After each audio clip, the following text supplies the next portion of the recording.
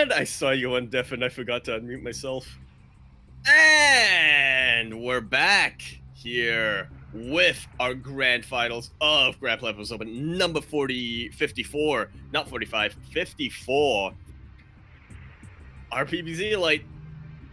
This is it. It's going to be our best of 5. Neither player has map advantage, as we did have single limb today.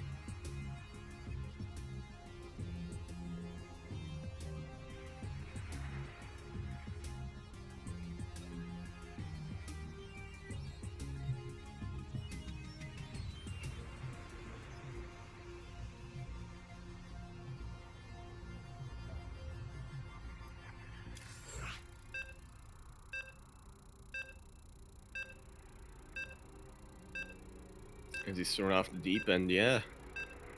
Main 2 players that StarDuck has told me is on his bucket list of taking out, MeomaikA and Seether. It's gotten pretty close to MeomaikA before, but now he has another opportunity.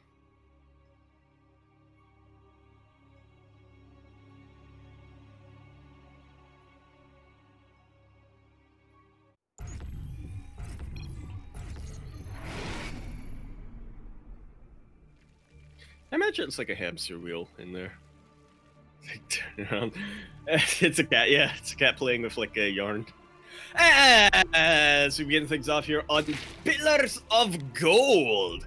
LE holding up the rest of the card map pool in the bottom left-hand corner map, starting all the way in the bottom left-hand corner. The Blues player gonna be representing. Wait, just a minute. Intensity. Gonna be What? No, I got thrown off here a little bit. I saw something in live feed. I got thrown off a little bit. Now this is what it's like to be sealed. Representing Intensity Esports, he is the cat himself, MeomaikA. And my mic was muted in Discord before we entered the game, unfortunately. But it's fine. It's fine. Nothing of important was said. It's perfectly fine. But we are here, as you were saying, in the grand finals of Grand Platypus Open number 54. This is it. This is the best of 5. And in the top right, we have the Australian Protoss. He is red. He's representing Fight for Justice. It is StarDuck.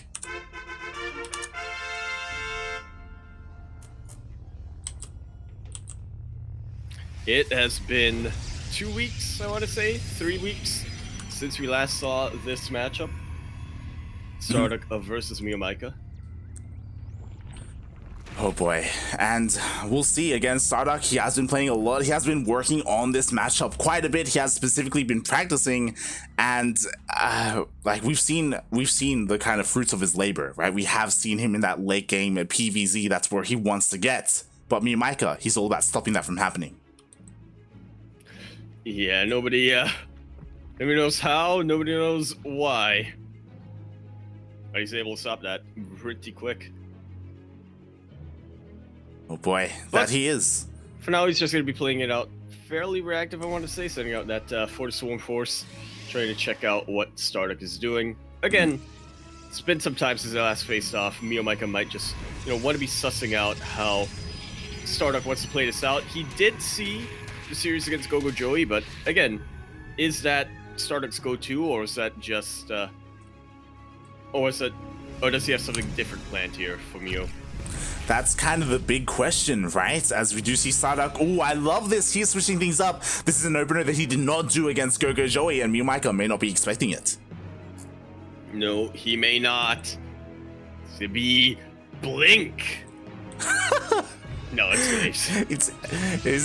Let's not get too crazy what here. if that Robo facility, it's Glaives, yeah. It should be Glaives. I mean, you never know. StarDuck might decide to go for a Soul Train. It could be Glaives, it could be a Dark Shrine. We'll see if he throws one down once his Twilight Castle does finish up.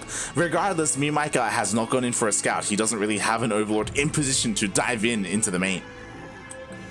Now, one of the things that MeomaikA has been pretty consistent about for the past year or so is not really liking that Pneumatized Carapace, or not really prioritizing Pneumatized Carapace. Much prefers to use his own lings to get an idea of what his opponent's doing. Yeah, definitely. From there. And what's interesting is that MeomaikA is blindly going for a very fast lair.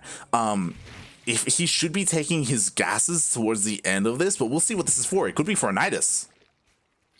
Very much could. There's only 2 gas at the moment.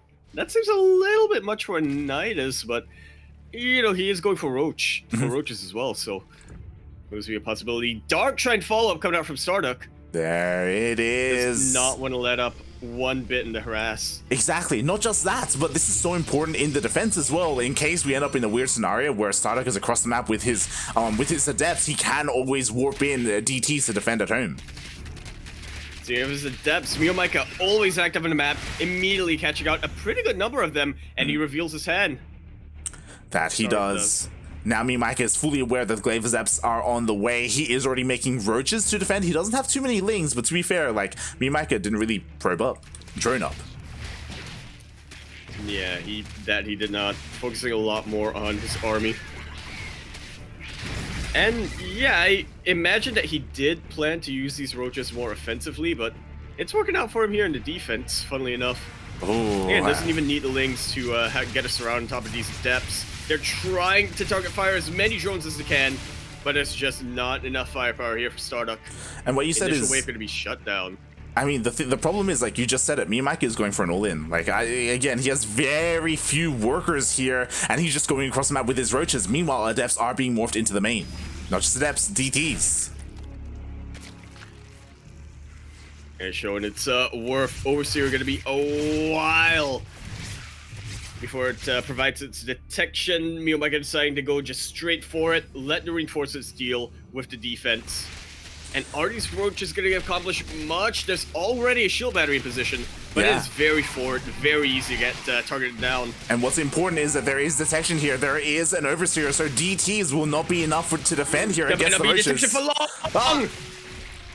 Immediately that overseer gets taken out. Mio, please. You gotta take out that DT while it warps in. I mean, he can't see it. He can't do anything about it. He couldn't see it, yeah. Now he can't. Oh my god. So with that, the Funnily DTs... enough, 2 DTs might not be enough. Exactly. The problem is that they're so slow. It's going to take so long for StarDuck to clean this up. And as this is going on, he's using so many probes. Indeed, he is. MeomaikA didn't even need to split up his army that much. The Immortal, the Rally, the Rally and the Immortal. That's what I meant.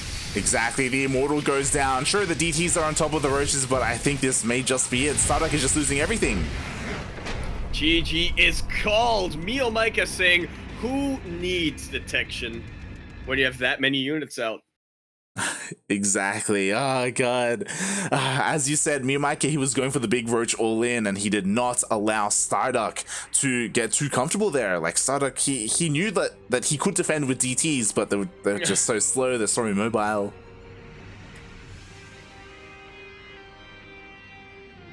I'm shaking my head. What a plan. And I'm actually noticing on stream right now, MeomaikA, he went for that all in, but he did take the forward expansion here, which you normally expect Zerg players to go for if they plant the all in like that. And MeomaikA's just whispering me here. He said, you know, I didn't want to go for the all in. His hand was forced. But I saw the adepts. Yeah, but I saw the glaive adepts. I'm sorry. You know, I took that back expansion because I thought we were going to play a bit more of an economic game, but yeah. There you go. But in the end, MeomaikA does take game number 1. Here we go. We are getting ready to dive in to game number 2. It will be on Death Aura. The Aura of Death.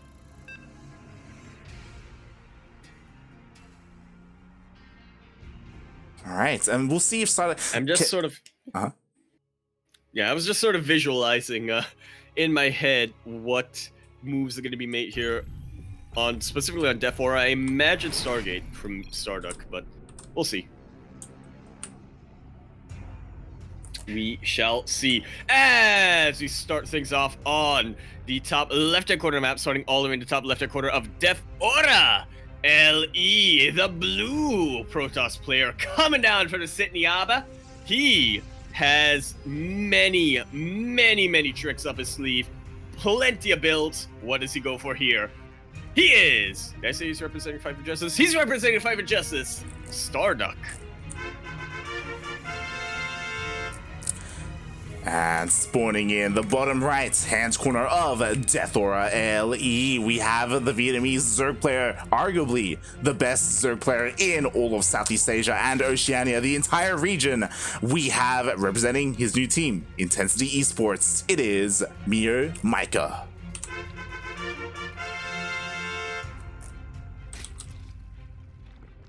I think, yeah, I would agree with you on that. I would say MeomaikA is currently the best in the region, but you know we're waiting for something like ANZ Champs or DreamHack to, you know, kind of confirm that, because Ender is still the official champion of DreamHack OCE. Yeah, it's one of those things where MeomaikA in the offseason continued to play and improve. Meanwhile, Ender did take a step back, so he has to return to his former glory. Meanwhile, MeomaikA, like, in the meantime, has stepped up as the big Zerg force here. So I would agree, currently he's the best, but as the months go on, and as ANZ Champs as well as DreamHack OCE start up, then, you know, Ender can make his move. That he can. It ain't official yet. Everything is fluid.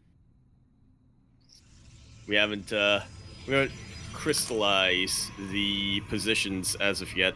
Just like the sea. Just like the ocean. Well, I think it's actually the other way around. The sea is boiling. It's not gonna be freezing. Also, there's too much salt content, I think, in the sea. Yeah. So it would just... Yeah, it's impossible to freeze the sea. Well, exactly. Some seas have frozen before in the past, but that was because it was, you know, very extreme temperatures, and they were like smaller bodies of water, not like, you know, oceans.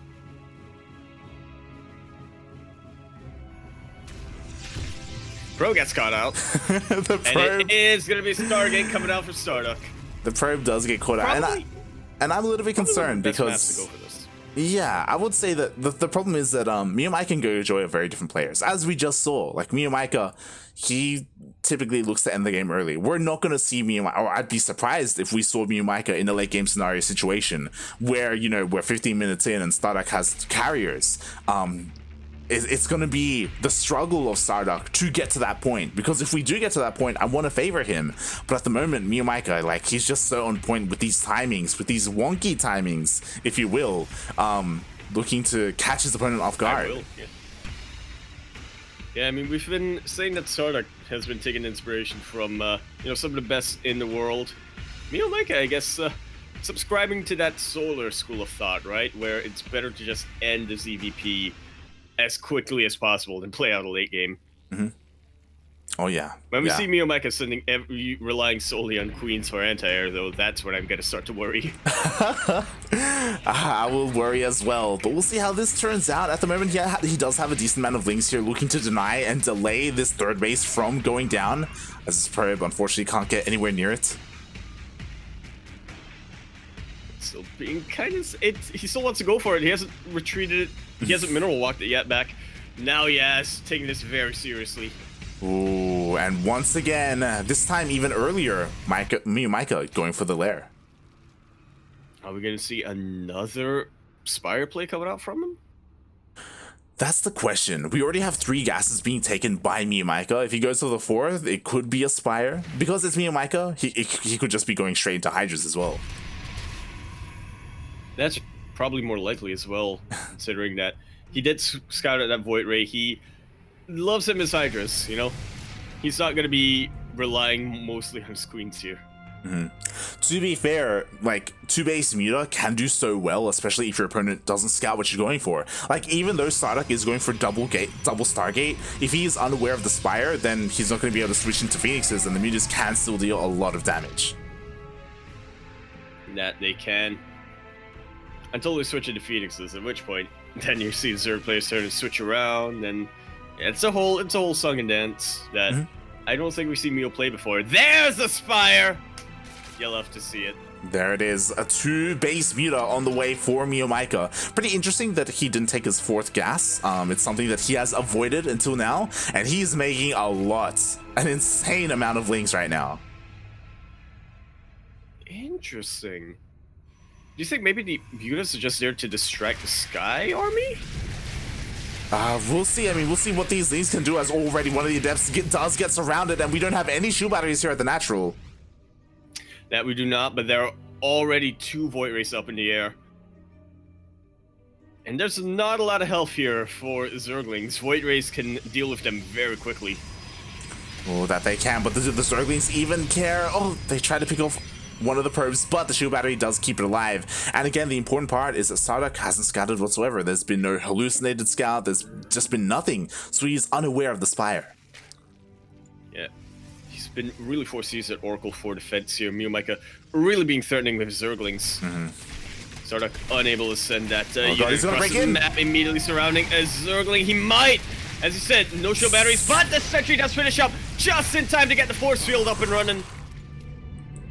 MeomaikA held at bay for the time being. 9 mutas on the waylight with +1 flyer weapons. He is committed. Yeah, and I tell you what, StarDuck, he does have double gate, or double Stargate, so he can switch into Phoenixes, but for now, most of his supply is in Void Rays. Exactly, and now that the meteors are out, they can just dive into a mineral line, avoid the Void Rays, and just kill everything. Like, this is actually horrible, and now the Lynx get in. Actually 6 in. No shield battery here either. He didn't even need the Void Rays here, Light. How did he find his timing? Oh my god, the Lynx do get in. Unfortunately, there was no wall, and 17, just like that, 17 probes go down. Amazing, honestly. Without the mutas didn't even come to play yet. Exactly, the mutas aren't even out. They are slowly banking up, and at some point we're going to get to critical mass, and StarDuck still has no idea. He doesn't have what he needs to defend against the mutas whatsoever. I'm loving this from MeomaikA. He's buying himself some time. He is not revealing his hand too quickly, right? He wants to make sure that StarDuck is committed to making those Void Rays and Disruptors as opposed to Phoenixes. MeomaikA thought this out really perfectly, I gotta say.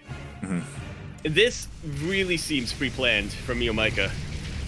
As much as we, joke around that he's the madman, throws out all these strats, I can see the work that the prep work he's sort of done here. Yeah, there's definitely logic behind it, and here we go. +1 flyer attacks is about to finish up. I imagine he's gonna head across the map. There we go. Once the upgrade does complete, and this could just be the game-winning move. They're just Void Rays. Will be there. Yeah, it's only Void Rays and Disruptors. There should be enough to even take out the Stargates before enough Phoenixes come out. As you said, StarDuck is working on that. He just needs to buy himself enough time. No, what am I saying? There's way too many mutas out in the sky. Yeah, exactly. Like, the main base is forfeit. Sure, there are Void Rays, and the Phoenixes are starting to come out, but there are just so many mutas. And they're actually right in range on top of the Mutalisk. Does not have enough Phoenixes to kite here, but he started kite using the Void Rays to tank, keeping his Phoenixes still well alive, but exposing a couple of mineral lines. There we go. MeomaikA on match point once more. GG, and this is like the benefit of going for Spire, 2-base Spire like this in this matchup. The very same thing happened this morning. As you can imagine, Jim Rising, he's the Muta King, and he went for this. And if the Protoss player doesn't scout it and doesn't switch into Phoenixes, then it's kind of an, I don't want to say an auto lose, but like it deals a lot of damage. It does. I mean, it's hard to come back from that scenario, Once you get that critical mass of mutas, it's, as a Terran player, I can tell you, it's kind of difficult to deal with unless you knew they were coming and had the units that you needed. Exactly. And unfortunately, Void Rays aren't in that category. Yeah, and unfortunately, like, that Oracle, like, that's the point of that Oracle. Like, you need to go across the map, you need to use Revelation, you need to scout what your opponent's doing. It isn't necessarily about the damage, but unfortunately, because of all those lings early on, StarDuck kept it at home, and he was blind for the majority of that game. If there's any takeaway here from, this particular game that I would give to StarDuck, I would say, like, once you have those 2 Void Rays out, you're fine to send the Oracle across the map, Don't think it's gonna do it. I honestly don't think that keeping the Oracle at home would have changed the defense too much, provided he, focused on getting the wall up. True. The difference being that he didn't know how committed MeomaikA was being. If there was a Baneling nest, he was gonna go for a Baneling bust or something like that. Yeah. So yeah, there's some give and takes there. Oh well. But you live and you learn. Definitely. As we are getting into game number 3 here, this is it. This is the last opportunity StarDuck has to fight back and put a point on the board. He needs to win 3 games in a row from here if he wants to claim that championship for the first time. He's been close to it before. Hasn't quite clinched it yet, and in fact, the last time he was denied the championship, it was also because of MeomaikA. It was. It definitely was. As we load into what could potentially, but hopefully isn't, the final map of the evening. Romanticide LE, LE of course standing for Lovers Economics.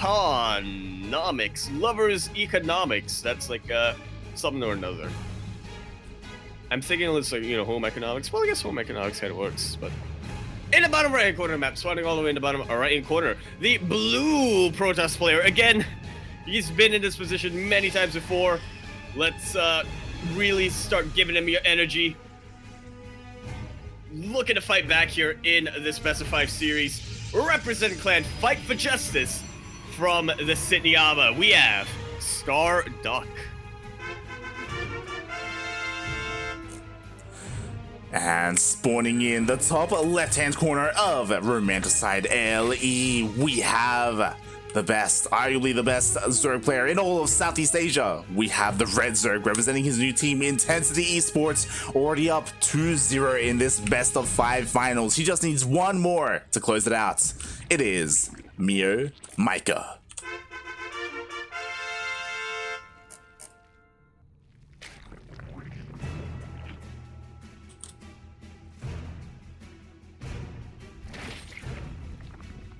Oh boy. Man, I am... How do I describe it? I'm just sort of... I wish I could show you my posture right now. I'm leaning forward in my chair here. I'm really looking at that production tab. I'm really thinking, StarDuck, something has to happen here, But most likely it's MeomaikA going to be the one to take the initiative in this game. And hopefully StarDuck's going to be able to defend against that. It's one of those things where when you're up against MeomaikA, scouting is the most important thing you can do, right? Like, no, it really is. You cannot make assumptions. You cannot assume what MeomaikA is doing. You need to know for certain. Now it is. The building is on pretty low health already. The shields are gone, and MeomaikA is looking to maybe bust through. The Adept is going to come out in a few seconds, though. It's out. Yeah, 3 Zerglings are going to be enough, but it gets around it. Oh, that it does. And now the Adept will go down to just 4 lings. Or will it? Oh, might be able to kite this. It'll shade back behind the wall. Whew. I mean, not quite behind the wall, but, there is a shield battery in position now. Yeah, Jesus, that was quite might close. Might as well be behind the wall. Oh my god. And speaking about scouting, MeomaikA going for a Bane Bust. In ZvP? When was the last time we saw this in ZvP? It's probably the last time they faced. I think the last time it does happen, but yeah, I think the last time MeomaikA and StarDuck faced in the finals, this may have happened. I think it did actually. So I was about to go into Romanticide as a map, and I would say that this is probably the best map for StarDuck to get into that late game, to defend and get up to 4 bases comfortably. And I feel like MeomaikA realizes that. That's why he's just going for a big Vayne all in. I'm kind of shaking my head here, but it makes sense, yeah. Again, MeomaikA despises the late game. I don't believe there was ever a game of MeomaikA's that hit even the 15-minute mark because he just quits before then. He's like Cinderella. He has to end the game before a certain time, otherwise the magic runs out. Oh god, and StarDuck. And Romanticide is the most macro map. Yeah, and he's taking out his own shield battery. Oh god. It's so low. One Baneling's gonna be able to hit it, and this might just be GG. There's a Void Ray out, but there's so many Zerglings. That there are. The gateways are just finishing up, but as you said, like, this lone Void Ray can't do everything on its own. Very good mineral walking though from StarDuck. He is really minimizing the damage that he'll be able to take here. That's a little bit unfortunate, though, in the main base. Overestimating the power of the probes or the surface area of the links there as MeomaikA continues to trickle in more and more lanes. Ow. And this is all I got to say. Yeah, StarDuck wanted to get into a longer game, just like what he did against GoGoJoy. That's how he was able to take out GoGoJoy 2-0, but MeomaikA is a completely different animal, a different kind of beast here. He's not a Joey. He's a pelican. He's a cat. He's dangerous. And he's going to win this series 3-0. It looks that way. StarDuck is going to make it harder on him, though. He is very resilient, sticking in there. This is his last shot. He does not want to give it up like this. Like this. Not like this. Not like this. The Lings get into the main base once again. This time there are adepts, and to be fair, StarDuck, like, he still has 21 workers, but the whole position, more probes are going to go down. Yeah, he's not gonna have 21 workers for long here. Like, MeomaikA, he's now on 3 bases, starting to drone up. He was not all in, funnily enough. Just very, very committed. Yeah, I mean, he was all in, but of course you can transition out of it. He didn't kill his opponent, but he dealt enough damage where the game can continue, and he is in that economic lead. And now, what does StarDuck do from here? Glaives is about to finish up. He's gonna go across the map for a big... Yeah, he's going across the map for... I want to say a big Glaives push, but he's only got 4 adepts. He's going to be able to get maybe 1 more adept, and he'll have to warp it in back at home and walk them across the map. MeomaikA actually hitting in the middle of the map before Glaives finishes up. Exactly. The adepts, they get surrounded. As you said, resonating Glaives only just now finishing up, but not before all the adepts go down. Only 2 remaining here in the center. And without a robot, without a warp prism, without a proxy pylon, he cannot reinforce across the map. Maybe the Void Ray can get something done? Just not much anti-air? He does clear out the Zerglings that MeomaikA wanted to go for round 2 with. That he does. Back at home. And I mean, StarDuck is probing up. Like, he's doing the best he can to get back into this game. He's warping in more adepts, looking to try and deal some damage. Maybe if MeomaikA drones up too heavily, adepts can deal a lot of damage, maybe force MeomaikA to only mine off of 2 bases or something along those lines. There is an opportunity, but with these queens, the Void Ray, no! The Void Ray! It's getting pretty low. 1 more volley. It's going back in. StarDuck is taking risks. He knows what position he's in. He has to make ballsy plays like this. He does, and he shades into the natural, immediately met by Ling, so he doesn't get any worker kills whatsoever. He does get 1 drone, but only 1. All the adepts go down. The Void Ray goes down. And it's... with that, so are the chances of StarDuck taking the game. We've seen it before, we're seeing it again. The queens are marching across the map. The Lings are there as well. MeomaikA is getting ready for round number 2. At the same time, there are some adepts across the map, but they are going to be cleaned up. They are getting... keeping MeomaikA's reinforcements back. They are, to be fair. And now StarDuck has to focus everything he can on this defense. Throwing down a shield battery. May need another, as MeomaikA is slowly moving his way to StarDuck's natural. Not even go for Trapper Lords. Just walking them across the map, getting a Spire behind us just in case. Just in case. Oh boy. But here comes the second Bane Bus, and these adepts are looking so exposed. They cannot kill the Baneling fast enough. Did he just auto-detonate? He did. He did. He manually detonated all of his Banelings. Were only like 3 of them connected with anything. He did it because he wanted to make more. Question mark. God. I thought it was just a power move. God damn it, MeomaikA. It was probably a micro mistake. We have more Banelings coming here. Yeah, hopefully he doesn't. There it is. He doesn't manually detonate, and he does take out the majority of these adepts. Bust through the front wall. The queens are waddling in.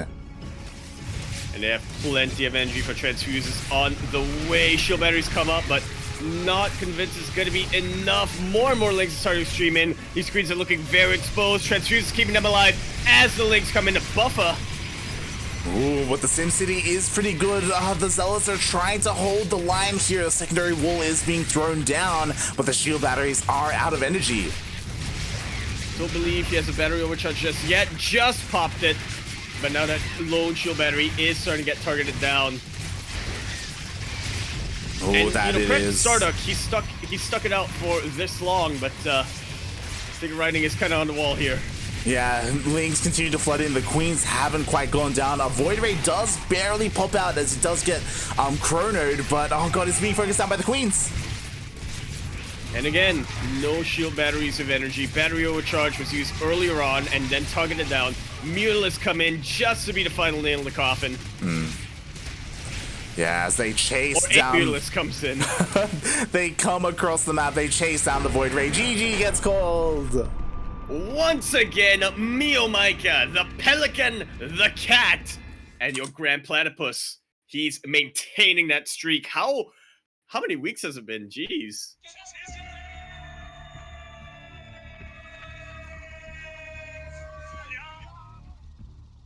Actually, the streak hasn't been that long. I think MeomaikA didn't win the last GPO of 2020, but he's won all of them in 2021 so far.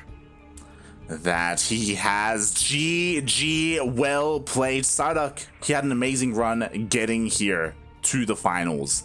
I cannot stress enough how insane it was that he was able to 2-0 Go-Go Joey. That is an amazing feat, but it was not enough to take down a player like MeomaikA. MeomaikA, still our reigning champion. I'm over impressed. I mean, really good, like, obviously very good showing for StarDuck, as you said, making it to the finals once again, taking out Go-Go Joey, somebody who's been a bit of a thorn in the side for a while.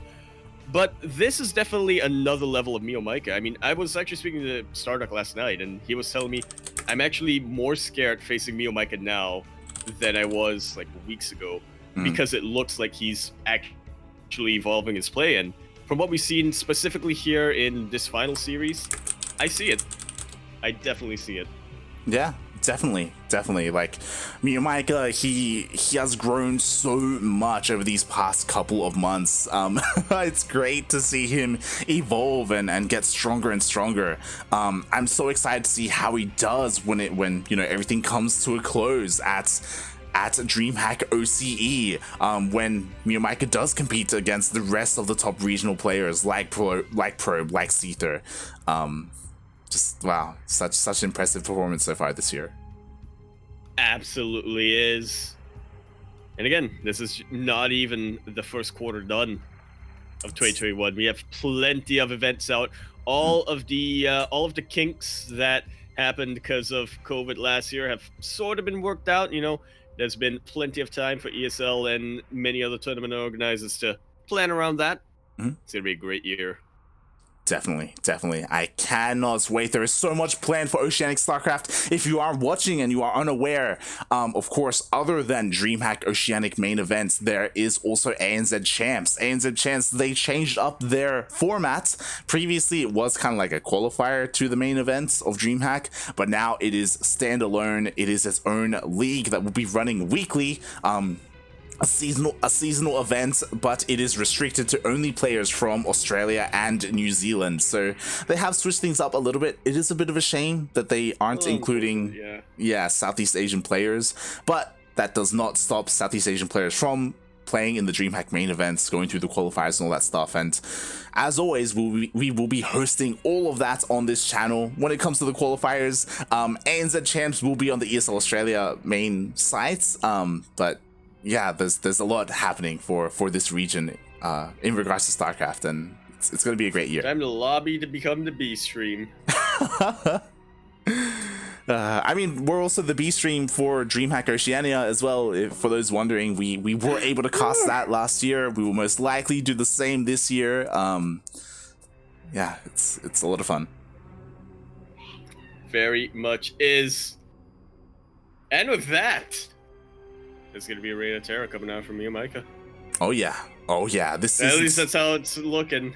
Exactly, not just MeomaikA, but StarDuck as well. StarDuck is practicing very seriously, and in a very short amount of time, he has gone up in the ranks of the Australian players. He's now almost favored against some of these old school players. So it's really cool to see him as that rising star, as that rising duck, and we'll see how far he can go. Again, he's another one of those players who is looking to improve as best he can, leading up to ANZ Champs and DreamHack. So I have nothing but nods to give an agreement. And with that, my grandson, you know, he's getting there. Getting up there. Oh god, what a tournament, what a day today. We had a little bit of everything. We had the Singapore Derby to begin with, led into TBTs, which we very rarely have. It was great. It was great. I can't believe I forgot about Hero. What a madman Hero is! And he did it all for you, Jenny Kim. He did all for Jenny Kim, and with that, Yaku. Valentine's Day is coming up. Yeah, Yaku of the Zaku. Where can we find more of you? Twitch.tv/Yakuzaku1. If Zerg Troll is still in the chat, we're gonna continue the long dark next week. Twitter.com @Emperor Yakuzaku. Exclamation mark Discord. In the chat, you can find myself as well as the other members of Cranky hanging about. Apart from that, buy my shirt so I can find you, Light. Find more via light_VIP on Twitch and Twitter. If you want to tune in to Milk and I screaming at Yaku in team games, then check out our Twitch channel. We do get together every now and then for some team games. It's a lot of fun.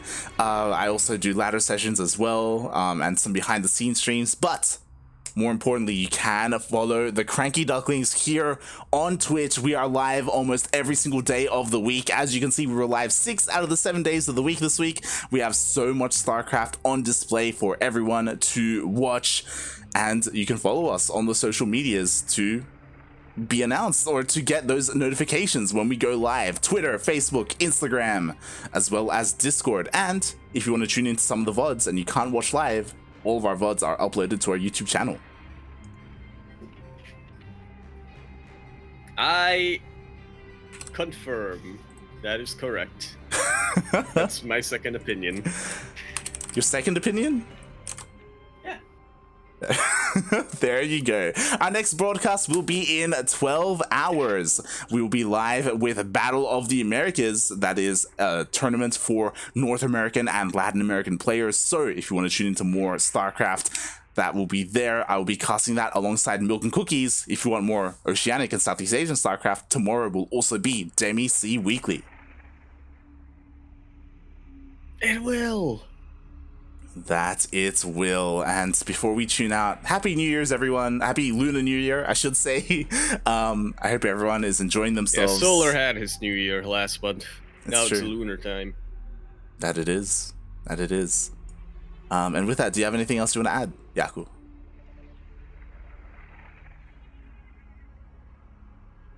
Moo. Have a good one, everyone.